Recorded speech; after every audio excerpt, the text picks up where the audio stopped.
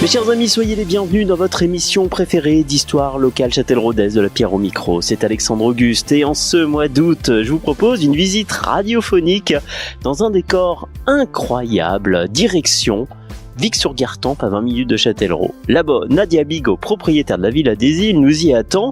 Elle va nous faire visiter sa villa Belle Époque, pas comme les autres, et nous parler de l'histoire romanesque du premier couple de propriétaires, ceux qui ont imaginé et construit cette demeure, Marie-Alphonsine Brouard et François Guyard. Allez, prenons direction Vic-sur-Gartempe, c'est parti. Des pierres, des secrets et des histoires. Voici la visite radiophonique de la Pierre au micro. C'est sur Ensemble FM, bien sûr. Et me voici à la sortie de Vic-sur-Gartempe, juste en face de cette ville La Belle Époque. Dans quelques instants, je vais rejoindre Nadia Bigot pour nous parler de l'histoire romanesque du couple de bâtisseurs de Marie-Alphonsine Brouard et François Guyard.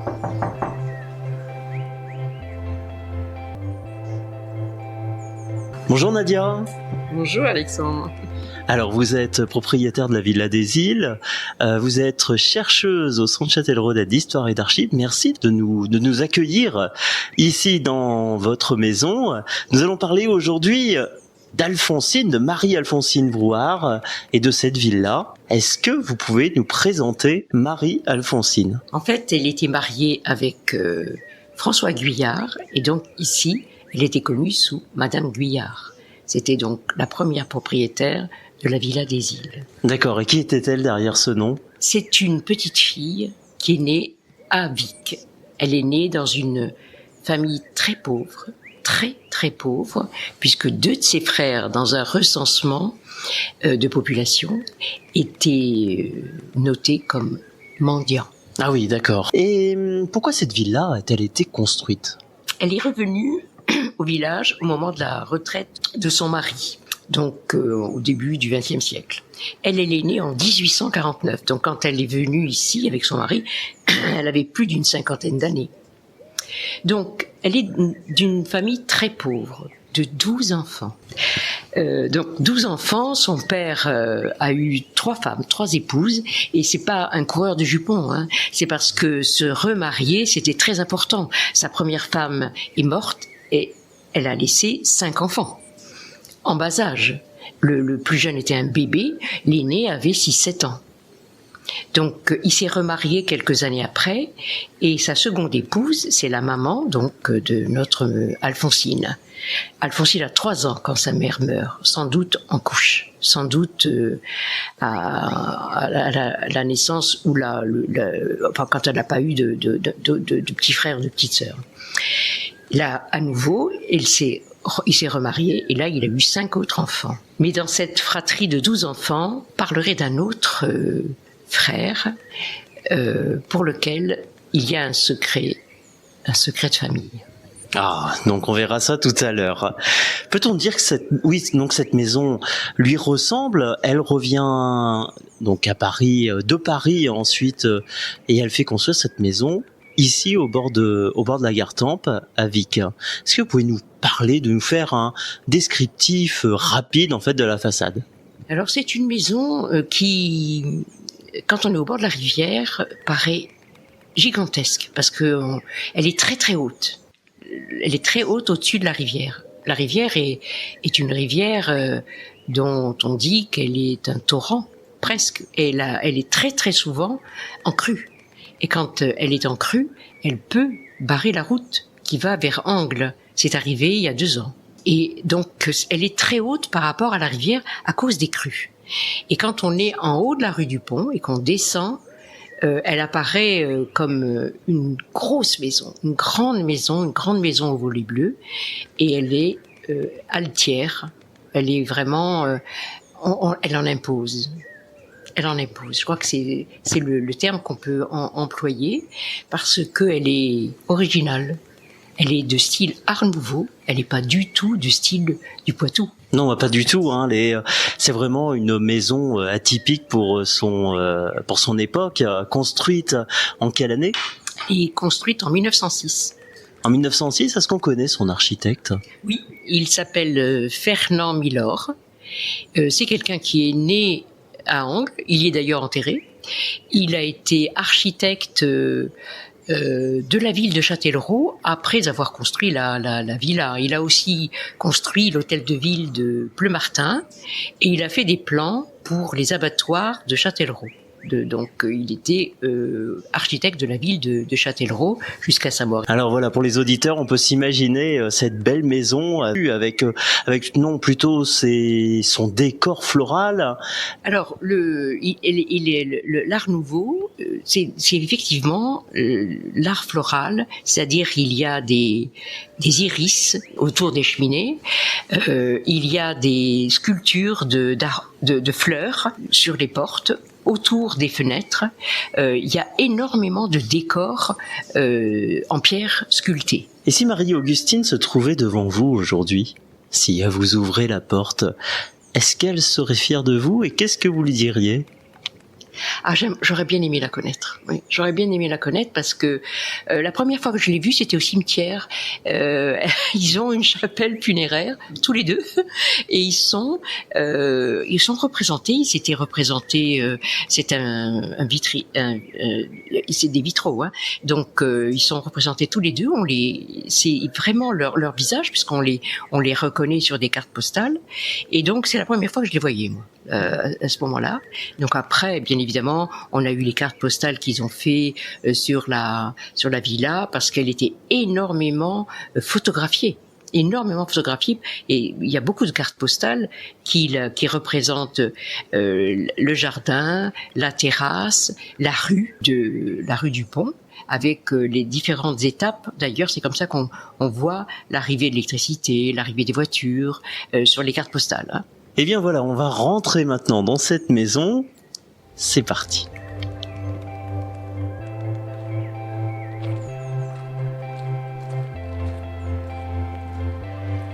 Et voilà, maintenant nous voici à l'intérieur de ce hall qui quand même en porte.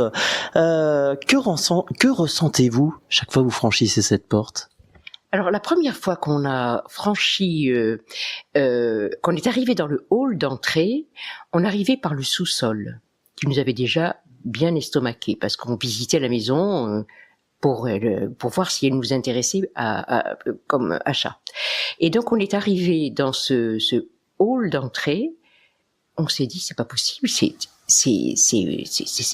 majestueux, c'était vraiment un hôtel, comme un hôtel.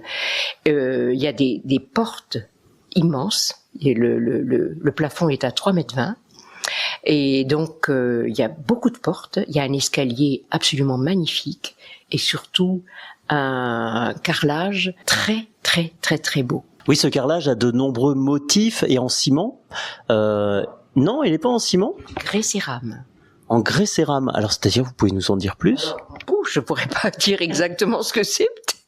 C'est une autre composition que c'est un autre mélange, je suppose, que le ciment. Hein, c'est pas.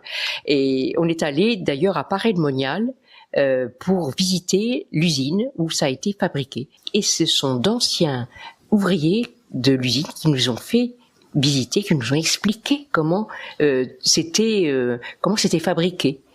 Et là, c'était vraiment magnifique avec des différentes couleurs. Qui sont un peu comme une Ronéo où on passe plusieurs couleurs les unes après les autres. C'est un peu ça. Ah oui, donc elle a fait venir ce carrelage de Paray-le-Monial qui est situé quand même à 400-500 km dans l'est de la France. Ce n'est pas rien. Niveau matériaux, c'est des matériaux qui vivent. Justement.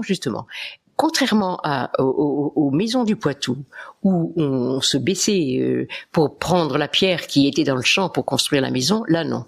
À cause justement du développement du train, tout ce qui a été utilisé pour construire la maison, ça a été commandé sur catalogue. Les cheminées, les cheminées à l'intérieur, les cheminées à l'extérieur, le carrelage. Les seules pierres qui ont été proches, c'est la pierre de Chauvigny ou la pierre de Touraine qui ont été utilisées pour les murs.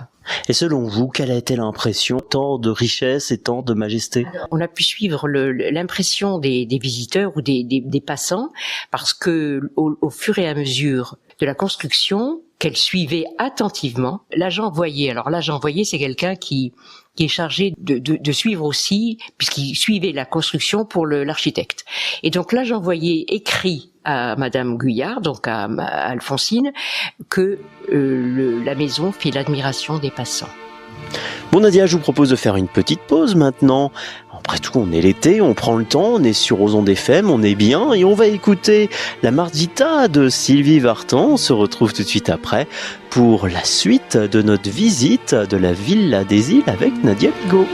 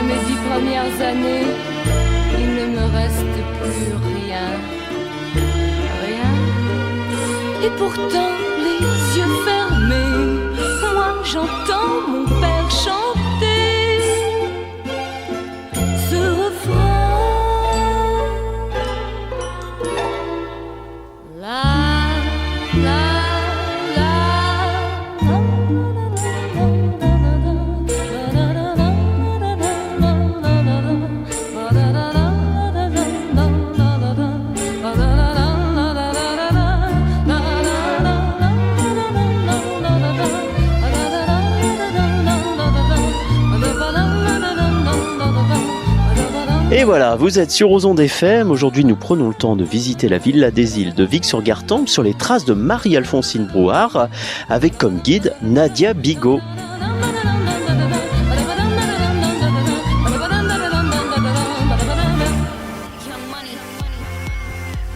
Des pierres, des secrets et des histoires. Voici la visite radiophonique de la pierre au micro. C'est sur Aux Ondes FM, bien sûr. Et si nous étions aujourd'hui au XXe siècle, au début du XXe siècle, nous serions accueillis par Marie-Alphonsine. Comment serait accueillie finalement? C'est pas elle qui ouvrirait la porte, mais sa domestique. Hein. Elle avait, au recensement de 1911, habite ici une domestique à demeure qui a sa chambre tout là-haut, au deuxième étage. Et puis il y a sa fille, il y a son mari qui habite dans cette maison en 1911. Alors ce qui frappe quand même dans cette entrée, c'est le vitraux. Alors c'est les vitraux. Une marque de l'Art Nouveau. Hein, et dans toutes les maisons où il y a ce genre de vitraux, c'est toujours à peu près les mêmes dessins. C'est très stylisé, avec bien sûr les couleurs. Hein. Et donc, oui, il y a les vitraux de la porte d'entrée, il y a les vitraux de la fenêtre de l'escalier, et puis il y a les vitraux aussi de la porte qui donne sur la terrasse. Et vous retrouvez des plans, des vitraux, le fond? Le vitrail, bien sûr. On sait qui a fait le vitrail, les vitraux, bien évidemment. Oui, c'est un vitrailliste, je sais pas comment on dit, hein. Monsieur qui faisait les vitraux. Il était de Tours, parce qu'à Tours, il y avait beaucoup d'artisans qui faisaient du vitrail, hein. Gauche de l'entrée, nous avons un petit cabinet de travail. Quel était le rôle de cette pièce? Alors, je pense que c'était le bureau de Monsieur Guyard, parce que dans la liste de tous les meubles qui étaient dans un inventaire qui a été dressé au moment du partage, au moment du décès, toutes les pièces ont été décrites de façon très très précise. On aperçoit le bureau américain avec son fauteuil, une imposante bibliothèque en palissandre, avec beaucoup de livres. Oui. Donc c'était, je pense, le bureau. Et parlons de lui, de Monsieur Guyard. Il est garçon de magasin. Et je pense qu'il était employé de magasin chez Félix Potin et qu'il a gravi tous les échelons jusqu'à en devenir le directeur de l'usine Potin à Pantin. Alors il faut dire que Félix Potin, il a innové. Vraiment, c'est l'époque des grands magasins, 1840, 1870. Et Félix Potin, lui, pour la première fois, il va dire et montrer, donner des prix. Parce qu'avant, les prix n'étaient pas indiqués. Lui, par contre, il va donner les prix et en plus, il va faire de l'épicerie. Et l'épicerie, il va la faire lui-même. C'est-à-dire qu'il a des usines où il fabrique son vin, où il le met en bouteille, où il fait sa parfumerie, où il fait les chocolats, les gâteaux. Félix Potin, on y revient, hein. C'était ça le slogan récent. Hein. Mais ça a été une innovation, les magasins de Félix Potin.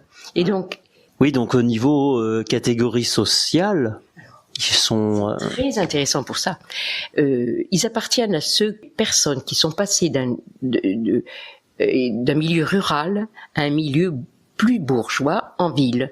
Et ils l'ont montré, hein, parce qu'on va décrire d'autres pièces et on verra qu'ils avaient l'eau courante et qu'ils avaient le gaz et donc il y avait pas l'électricité bien sûr, mais l'électricité est arrivée beaucoup plus tard, mais qu'on pouvait s'éclairer. Oui, une maison moderne avant l'époque finalement. Très moderne. Alors nous allons maintenant passer dans le salle à manger. Alors, après le hall, il y a donc le couloir, et dans ce couloir, il y a à la fois effectivement à droite la cuisine, et dans la salle à manger, il y a bien évidemment les tables, les chaises, les buffets, on y décrit aussi la vaisselle, et puis le salon, il y a des canapés, des fauteuils, mais c'est pas l'endroit, c'est l'endroit où on reçoit. L'endroit où on se détendait, c'est à l'étage. C'était un endroit où ils recevaient, où ils avaient les amis qui passaient, où entre eux, ils jouaient aux cartes. Il y a un endroit, puis il y avait la salle de billard. Qui avait le droit de venir dans la maison d'Alfonsine? Je crois qu'il n'y a pas grand monde qui passait la porte. Hein. Je pense pas qu'ils aient eu énormément d'amis dans le village parce que elle était jalousée.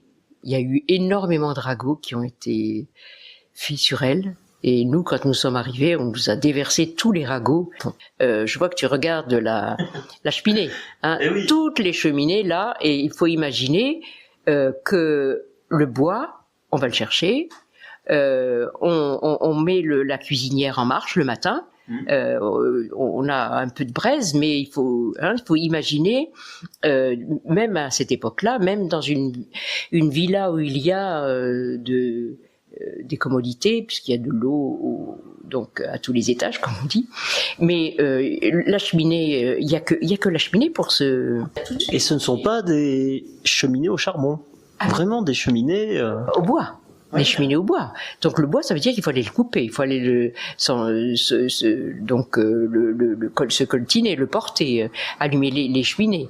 Donc il faut imaginer que il y avait plus de neige que de nos jours, hein. Ouais. Parce que elle correspondait beaucoup. On a encore ses correspondances, les cartes qu'elle a écrites ou les lettres, où elle dit ici, nous sommes bloqués par les neiges et on passe notre temps à faire du feu et à faire la partie. La partie, c'est les parties de cartes, hein. Voilà. Parce que la maison surplombe la Gartempe, hein. C'est un terrain qui est un triangle. Ils ont fait remblayer le terrain. Il y a eu je ne sais combien de charrettes qui ont amené de la terre pour remblayer au-dessus. On est à 6 mètres au-dessus de la rivière, hein, dans le jardin. Oui, donc pas de risque de crue, non. Voilà, là on est bien. Alors on va sortir dehors, on va aller sur cette terrasse, et en effet, on a une vue extraordinaire.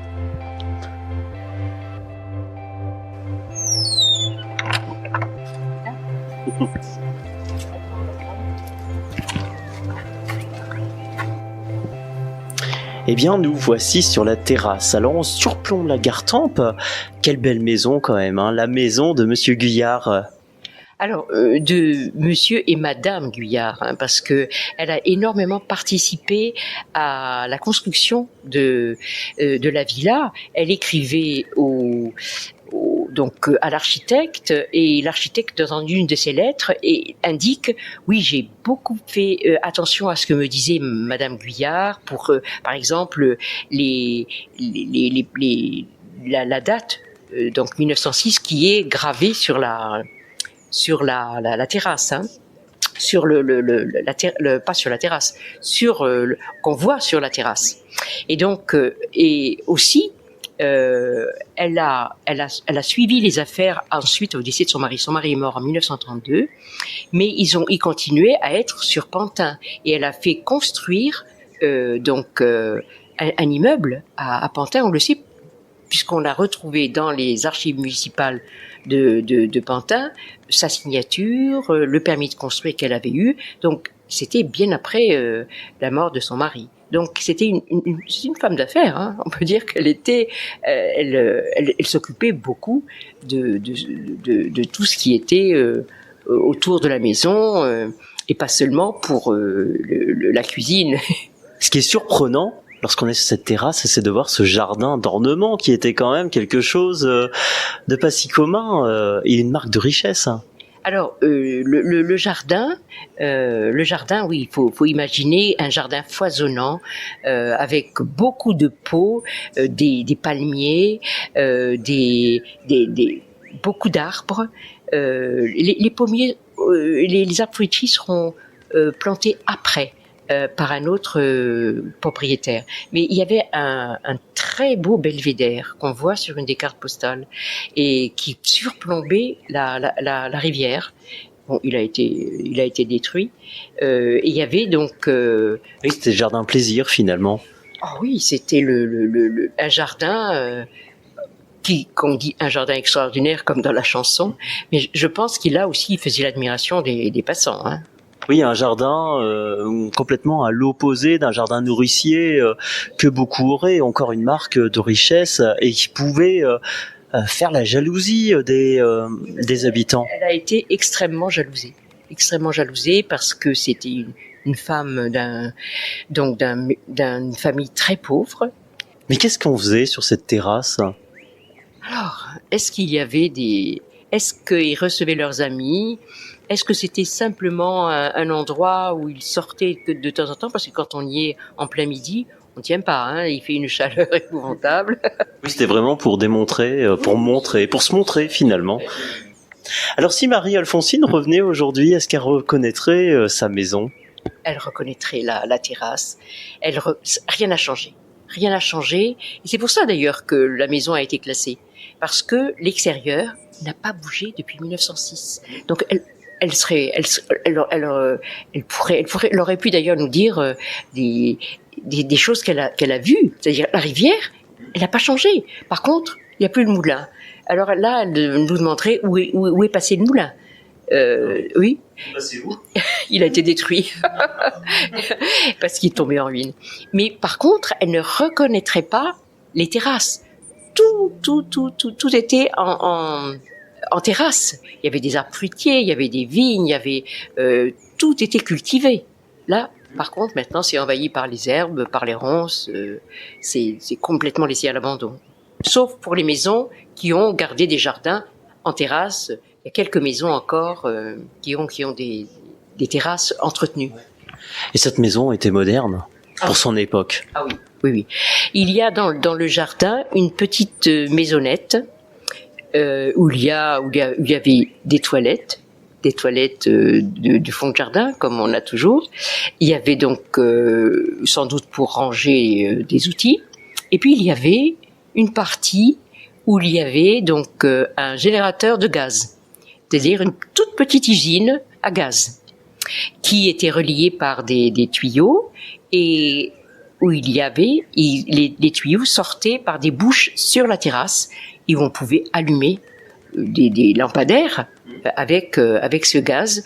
Alors finalement, lorsqu'on visite la Villa des Îles, on visite plus qu'une maison, on visite l'histoire d'une femme, d'une famille, de Marie-Alphonsine.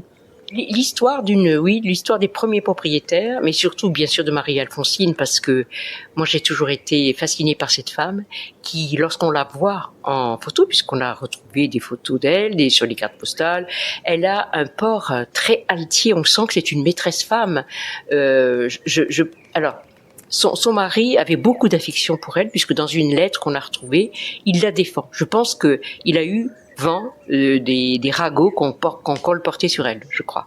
Et si nos auditeurs veulent visiter la maison, comment font-ils ? Alors, la maison était ouverte au moment des Journées européennes du patrimoine. Sinon, on accueille toujours des groupes. S'il y a des groupes, mais il faut que ce soit vraiment un groupe important. C'est ainsi que s'achève notre visite radiophonique de cette maison. Merci Nadia. Eh bien, écoute, Alexandre, j'étais contente d'en parler. Je pourrais parler des heures de cette... Mais on n'a pas parlé du secret de famille. Ah, mais oui, on n'a pas parlé du secret. Alors, quel est ce secret ? Un des frères le frère aîné de Marie-Alphonsine, quand elle a 6 ans, il est condamné au bagne parce qu'il a volé avec 2 autres garçons du village. Ils ont pénétré dans la maison du meunier et ils ont fracturé une porte, une armoire, et ils ont volé de l'argent, et donc ils ont été arrêtés et condamnés à 5 ans de bagne.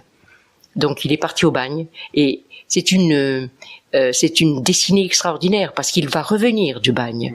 Il a fait plusieurs bagnes. Il a fait il a d'abord fait la prison de Fontevraud, puis ensuite il est allé au bagne de Brest, au bagne de Toulon, et ensuite il est allé à Cayenne. Et à Cayenne, il est resté 5 ans de plus. Donc il a fait 10 ans en fait. Pendant 10 ans, il a été absent ici. Sa famille ne devait pas s'occuper de lui parce que il n'a pas reçu de courrier, rien du tout. Il est revenu. Et on a découvert ça parce que il y avait un grand papier dans les archives de la municipalité de Tours, à la mairie. On a trouvé ça dans d'autres papiers qui traînaient. Et donc, c'était un secours de route pour un bagnard qui remontait de Toulon. Et peut-être une autre histoire qu'on développera dans La Pierre au micro. Merci Nadia. Cette fois-ci, il est temps de nous quitter. Après, cette visite radiophonique est finie. Merci Nadia pour cette invitation. On se retrouve quant à nous dès septembre prochain pour de nouvelles histoires dans votre émission bien sûr d'histoire locale préférée sur Aux Ondes FM de La Pierre au micro. Vous allez voir, cette saison qui vous attend va être incroyable avec des invités bien entendu, plein de surprises. Quant à nous, vous pouvez bien sûr retrouver cette émission en podcast sur ausondefm.com ou .fr, également sur Spotify et bien entendu plein d'autres vidéos sur Instagram, Facebook et TikTok. Merci à tous de m'avoir suivi. Je vous souhaite une très belle fin d'été. On prend rendez-vous pour septembre. Allez, ciao. Des pierres, des secrets et des histoires. Voici la visite radiophonique de La Pierre au micro. C'est sur Aux Ondes FM, bien sûr.